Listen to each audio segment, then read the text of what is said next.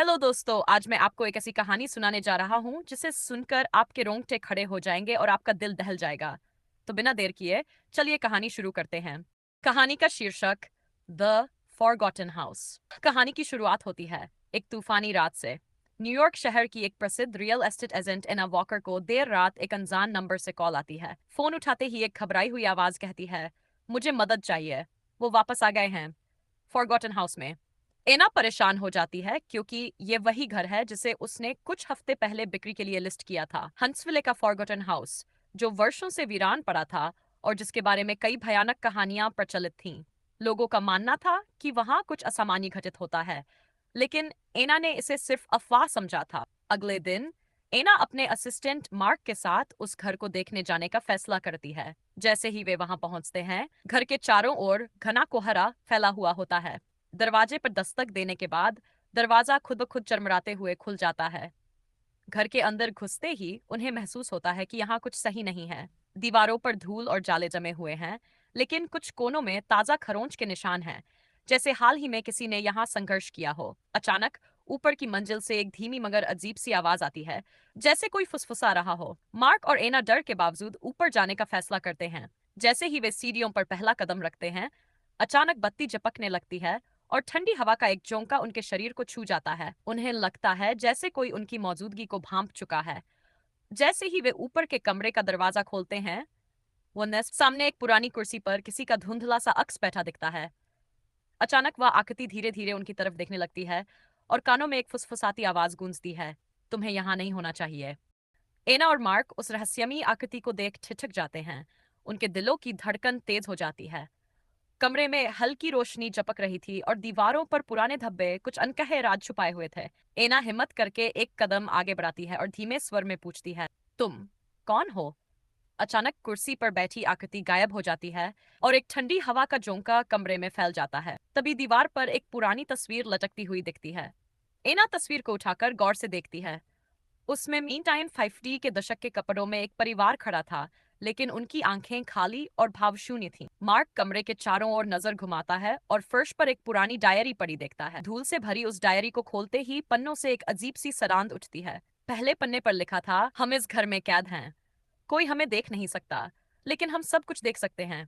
Diary में कुछ पन्ने फटे हुए थे, लेकिन आगे पढ़ने पर उन्हें पता चलता है कि यह घर कभी ब्लैकवुड फैमिली का था, जो यहाँ 70 साल पहले रहस्यमयी परिस्थितियों में गायब हो गई थी। स्थानीय लोग कहते थे कि यह परिवार अजीबोगरीब अनुष्ठानों में लिप्त था और एक रात पूरे परिवार ने खुद को एक अज्ञात शक्ति के सामने समर्पित कर दिया। मार्क ने ऐना से फुसफुसाते हुए कहा, हमें यहाँ से निकल जाना चाहिए। ये जगह कुछ सही नहीं लग रही। लेकिन इससे पहले कि वे कुछ कर पाते, दरवाजा अचानक जोर से बंद हो जाता है। सीढ़ियों से किसी के उतरने की धीमी आवाज सुनाई देने लगती है। एना और मार्क की सांसें थम जाती हैं। कमरे में रखी घड़ी की टिक टिक अब और तेज हो जाती है। अचानक एक खिड़की के शीशे पर खून से एक संदेश उभरता है, तुम बहुत दूर तक आ चुके हो, अब लौट नहीं सकते। कमरे में तापमान अचानक गिर जाता है और एक परछाई धीरे धीरे उनके पास आने लगती है। एना कांपती हुई पीछे हटती है, लेकिन पैर किसी चीज से टकराता है और वो गिर जाती है। मार्क जल्दी से उसे उठाने के लिए बढ़ता है, लेकिन तभी पीछे से एक जंग लगे लोहे की आवाज आती है, जैसे कोई दरवाजे के दूसरी ओर खड़ा हो। एना घबराते हुए उठने की कोशिश करती है, लेकिन उसके हाथ ठंडे फर्श पर किसी चिपचिपी चीज से टकराते हैं। जब उसने देखा तो वह गाढ़ा लाल तरल था, खून। उसके गले से हल्की चीख निकल गई। मार्क ने उसे संभाला और फुसफुसाते हुए कहा, हमें यहां से तुरंत निकलना होगा। लेकिन जैसे ही वे दरवाजे की ओर बढ़ते हैं, दरवाजे की दूसरी ओर से जोरदार ठक ठक की आवाज गूंजने लगती है, मानो कोई दरवाजे को अंदर से खरोंच रहा हो।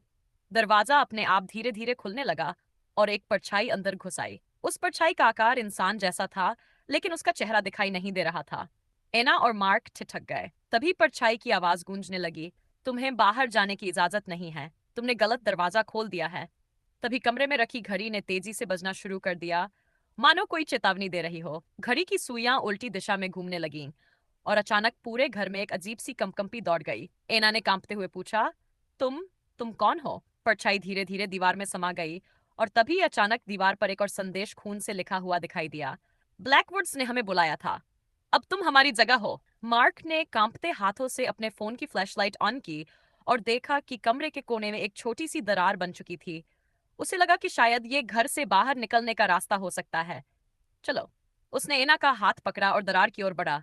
लेकिन तभी दरवाजे के दूसरी ओर तेज कदमों की आहट सुनाई देने लगी। ऐसा लग रहा था जैसे कोई उनके बेहद करीब आ चुका था। हर कदम के साथ अंधेरे में लाल आंखें चमक रही थीं। जैसे ही वे दरार के पास पहुंचे, एक पुरानी तस्वीर नीचे गिर पड़ी। उसमें ब्लैकवुड परिवार की अंतिम तस्वीर थी और उसमें पीछे की पृष्ठभूमि में एना और मार्क की धुंधली परछाइयां दिख रही थी। क्या ये पहले से ही हमारी तस्वीर थी? एना ने डर से बुदबुदाया। मार्क ने छत से दरार में हाथ डाल दिया, लेकिन जैसे ही उसने दीवार को धक्का दिया, किसी ठंडी, हड्डी जमा देने वाली पग ने उसका हाथ जकड़ लिया। एक गहरी, भयानक फुसफुसाहट गूंजी। अब तुम यहां से नहीं जा सकते। और तभी दरवाजा जोर से बंद हो गया और पूरा घर भयानक अंधकार में डूब गया।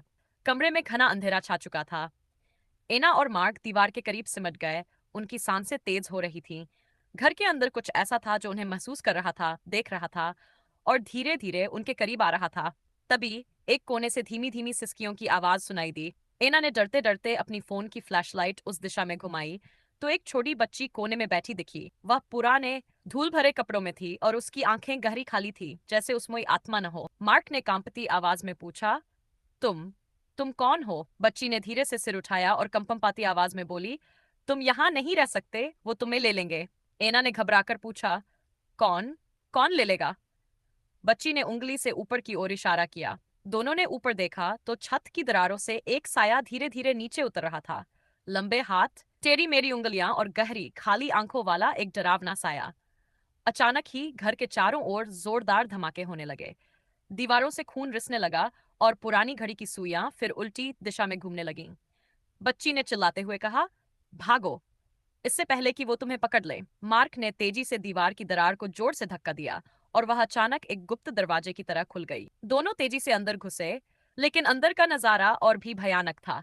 वे एक लंबे अंधेरे गलियारे में आ गए थे, जिसके दोनों तरफ जंग लगे लोहे के दरवाजे थे। हर दरवाजे के पीछे से फुसफुसाहट और चीखें आ रही थीं। कुछ दरवाजों पर खरोंच के निशान थे, मानो कोई अंदर से बाहर आने के लिए संघर्ष कर रहा हो। हमें यहाँ से बाहर निकलना ही होगा, एना ने कांपती आवाज में कहा। मार्क ने दीवारों को टटोलते हुए एक पुराना स्विच दबा दिया।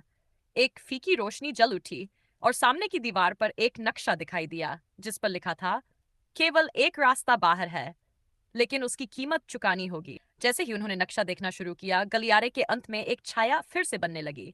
वही लाल आंखें, वही ठंडी फुसफुसाहट और वही काली छाया धीरे धीरे उनकी ओर बढ़ रही थी। मार्क ने घबराकर एना का हाथ पकड़ा और कहा, हमें नक्शे के रास्ते पर चलना होगा, जल्दी करो। दोनों तेजी से गलियारे में दौड़ने लगे, लेकिन पीछे से जोरदार हंसी गूंजने लगी। वह परछाई अब बेहद करीब थी और हर कदम के साथ गलियारे के दरवाजे खुद ब खुद खुल रहे थे, मानो कोई उन्हें बाहर खींचने की कोशिश कर रहा हो। मार्क और एना ने जैसे तैसे गलियारे के अंत तक पहुंचकर एक विशाल लकड़ी के दरवाजे को खोला, लेकिन दरवाजे के दूसरी ओर जो उन्होंने देखा, उसने उनकी रूह कंपा दी। वह घर का ही एक और हिस्सा था, लेकिन यहाँ हर जगह उनके ही अक्स टंगे हुए थे। भविष्य के अक्स, जिसमें वे चीखते हुए दिखाई दे रहे थे, जैसे वे इस घर में हमेशा के लिए फंस चुके हों।